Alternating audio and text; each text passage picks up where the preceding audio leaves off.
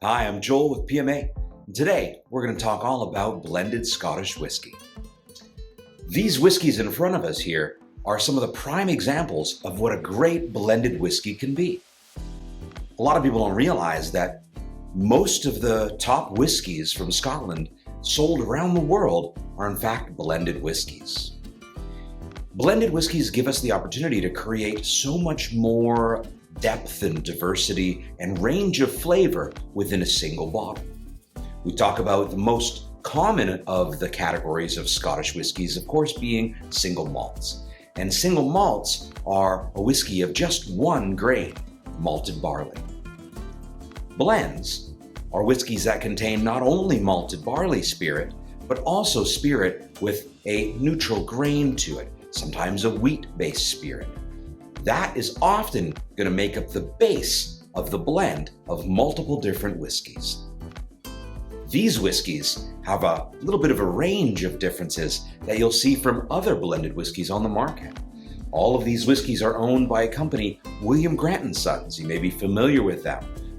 Glenfiddich and Balvenie, some of the top single malts on earth.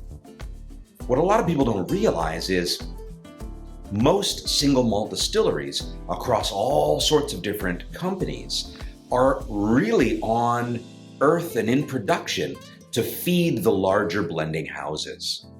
This is no different when we talk about these brands. Grant's is a blending house that utilizes not only its own grain distillery, often produced at the Girvan distillery, but also some of the spirits produced at Glenfiddich and at Balvenie.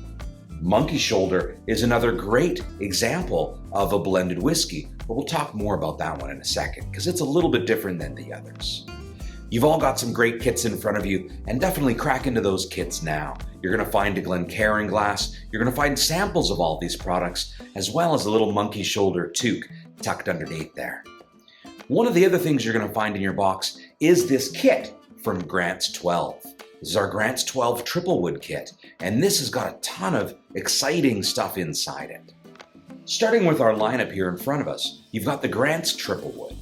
This is a classic, a staple, and a very luxurious flavor profile for a blended spirit. Not often do you see the use of sherry. Now, one of the things when we talk about blended whiskeys is not only blending different styles of grain-based spirit, but also blending together different styles of barrel. The cask alone is going to impart so much unique flavor. Sherry is something that's going to give us those beautiful, deep, dark red fruits. That's sort of a, fig if it's a PX sherry, or, more of a stewed red fruit. Think of your, blackberries and maybe cherries. In the case of something like an Oloroso sherry. Now at Grant's, we typically use a lot of Oloroso, and that's the predominant style of a sherry barrel. Grant's Triple Wood here actually uses a combination of 3 independently aged barrels, where we've got whiskeys in each of those barrels for a range of different ages. Those barrels are ex-bourbon barrels, very classic to what you see in most single malts these days. You also have virgin American oak barrels. Those are going to be barrels that have never contained any previous spirit. That's going to give you a much more dry and tannic, intense wood flavoring to those barrels. And then, of course, we've got our Oloroso sherry, giving us those wonderful, warm, round red fruit tones. In a blend, it's rare to see sherry at all, especially in something that uses 3 different woods like our Grant's Triple Wood. Now, you'll notice when we talk about single malts, the big difference is typically your age statement. Most blended whiskeys, because they're a combination of multiple grains distilled individually, cast and then remarried together, don't contain an age statement. That, of course, is not going to be the case with some of the others in the Grant's lineup. Grant's 8. Grant's 8 is a fantastic spirit that's aged in ex-bourbon American oak barrels and then finished in sherry. So a little bit different. You don't have full-term blending as we do with the triple woods, but what we've got is this subtle finish, a little bit more punchy on the backside of an 8-year minimum age stated whiskey. So on a single malt, we're talking about 1 grain of malted barley. We're talking about the spirit that's been aged a minimum of the age dictated on the bottle, Maybe it's a 10, a 12, a 15, what have you. The thing to note is that's the minimum age. There can be much higher aged whiskeys in those bottles, but we don't typically put that on the label. Grant's 8 here is a minimum 8 years of any spirit, not only the malted barley, but also the grain alcohol that's going into this mix. So if you think about that fantastic quality that comes from time in a barrel, you can't beat that. And with something like Grant's 8, it's got that hint of sherry on the backside and that beautiful, robust ex-bourbon barrel throughout the body of it. Finally, when we talk about the rest of the Grant's lineup here, I'll give you a little preface. This Grant's 12 Triple Wood is similar to the original Triple Wood, only it's aged with a minimum of 12 years. We've still got that virgin American oak, we've still got that ex-bourbon, very classic, and of course, our sherry. Sherry really adds this luxuriousness to spirits and specifically to single malt scotches. So I think when you see something like the Grant's 12 and how it's brought together, you're going to be blown away. I'll get you guys to take a look at your kits shortly after this little segment. And in your kits, you're going to find some amazing things. Your Grant's kit here has all sorts of great information on the flavors and the styles of spirit that come from use of different barrels. You've got this great kit put together by our Grant's team, and this has actually got individual vials of each one of the individual barrels alongside the Grant's 12 taster. So what you can do with this, and I implore you to do it, is try each one of those vials individually. Now be careful, some of them are higher proof than you might be familiar with. I always recommend a couple drops of water in your spirits, especially whiskey.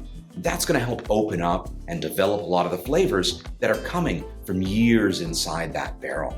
Just like a wine, you want to allow it to breathe a little bit. You want to allow those flavors to kind of come out of the glass. And a couple drops of water is going to bring down the alcohol and help open up the aromatics of these spirits.